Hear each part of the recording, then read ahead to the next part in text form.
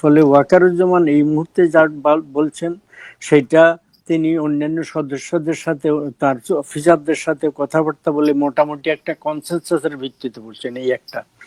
2 নম্বর হচ্ছে তারা যখন ক্ষমতা নেন তখন তাদের ভিতরে নিশ্চয়ই একটা কথাবার্তা হয়েছে এবং তার ভিত্তিতে তিনি জামাতকে প্রাধান্য দিয়েছেন। নিশ্চয়ই তার কারণ তার অফিসারদের মধ্যে জামাতিদের প্রাধান্য ছিল এটা। তো এখন ওভারঅল যে পরিস্থিতি হয়েছে, তিনি ডক্টর ইউনূসকে জাস্ট ডক্টর ইউনূস বলে সম্বোধন করেছেন ঠিক, কিন্তু ডক্টর ইউনূসের সরকারের প্রতি তিনি আনুগত্য প্রকাশ করেছেন, সমর্থন ব্যক্ত করেছেন এবং বলেছেন যে আর্মি চাচ্ছে এবং আর্মি আশা করে, আর্ম ফোর্সেস আশা করে যে একটা মানে ইনক্লুসিভ, সকলকে নিয়ে একটা নির্বাচন। এই কথার ভিতরে একটা বাণী আছে, সেটা এমন হতে পারে যে তারা আওয়ামী লীগকে নিষিদ্ধ করার যে কথা বলা হচ্ছে সেটা হয়তো তারা চায় না, এটা ইনডাইরেক্টলি একটা মেসেজ। নিশ্চয়ই তাদের ভিতরে যখন কথাবার্তা হয় তারা সেই ধরনের কোনো মেসেজ ডক্টর ইউনূসকে দিতে পারে, এই একটা। 2 নম্বর আরেকটা কথা হচ্ছে যে এই বিডিআর যে ম্যাসাকার হয়েছিল, বিডিআর ম্যাসাকার সম্পর্কে তিনি কি কথা বলেছেন, অনেকে সেটা নিয়ে কোনো গুরুত্ব দিচ্ছেন না। তিনি বলছেন যে অপরাধীদেরকে ছাড়া দেওয়া হবে না, যাদের বিচার হয়েছে, একটা আরেকটা তদন্ত কমিশন হয়েছে, সেটাও ঠিক মতো এটা দেখছে পরীক্ষা করে, এবং এটা বিডিআর এর লোকরা এই ঘটনাটা ঘটিয়েছে।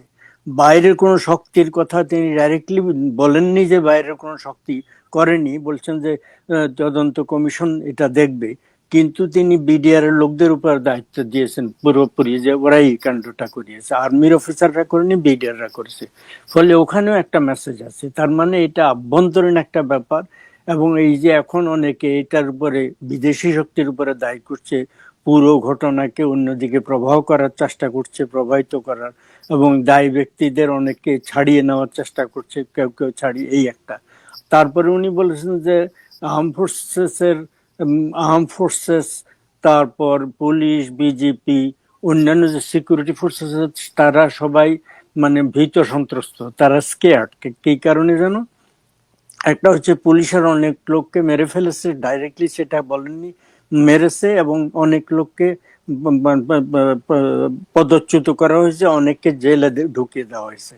তেমনি ভাবে অন্যান্য ফোর্সের সবাই মিলে এই সব দেখে শুনে তারা সন্ত্রস্ত, তারা আতঙ্কিত, সেই জন্য তারা অনেক ইনিশিয়েটিভ নিচ্ছে। আর একটা কথা বলছেন যে রাজনৈতিক শক্তিগুলোর মধ্যে কামড়াকামড়ি চলছে, সংঘাত চলছে, এইটা বন্ধ করার জন্য তিনি আবেদন জানিয়েছেন। ফলে ওভারঅল এটার ভিতরে একটা মেসেজ আছে। একজন মানে সেনাপতি, সেনা প্রধান, তিনি কেন রাজনৈতিক ব্যাপারে বক্তব্য দিলেন? রাষ্ট্র তো তিনি মানে তখনও তিনি মানে কি বলে মিলিটারি শাসন চালু করেননি, মার্শাল ল চালু করেননি। যখন শেখ হাসিনা চলে গেলেন, মার্শাল ল চালু না করে একটা অন্তর্বর্তীকালীন সরকার গঠিত হয়েছে। ফলে তখন তিনি যাই বলে থাকুন না কেন, তিনি ক্ষমতা নেননি। পর্দার অন্তরালে নিশ্চয়ই তারা সাপোর্ট গুলো দিয়েছেন, এখনো তারা সাপোর্ট দিচ্ছেন, এটা হতে পারে।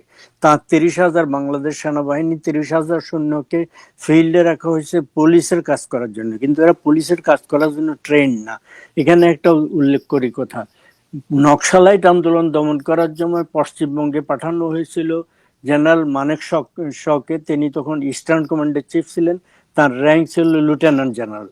তিনি এসে বলেছিলেন, তোমাদেরকে আমি প্রথমেই বলে দিচ্ছি, আমরা প্রথমে গুলি করি আর্ম ফোর্সেস, পুলিশের মতো না, তারপরে অন্য কথা।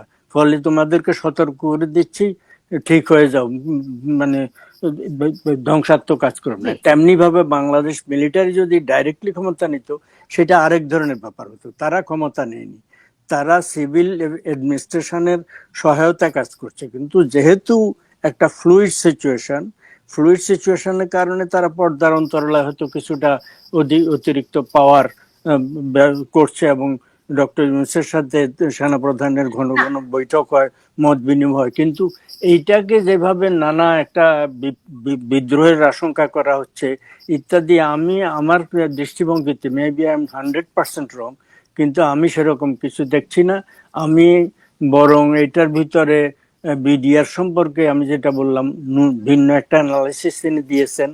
তারপরে উনি মানে ইনক্লুসিভ নির্বাচন কথা বলেছেন, এই দুটোকে আমি খুব সিগনিফিকেন্ট মনে করছি।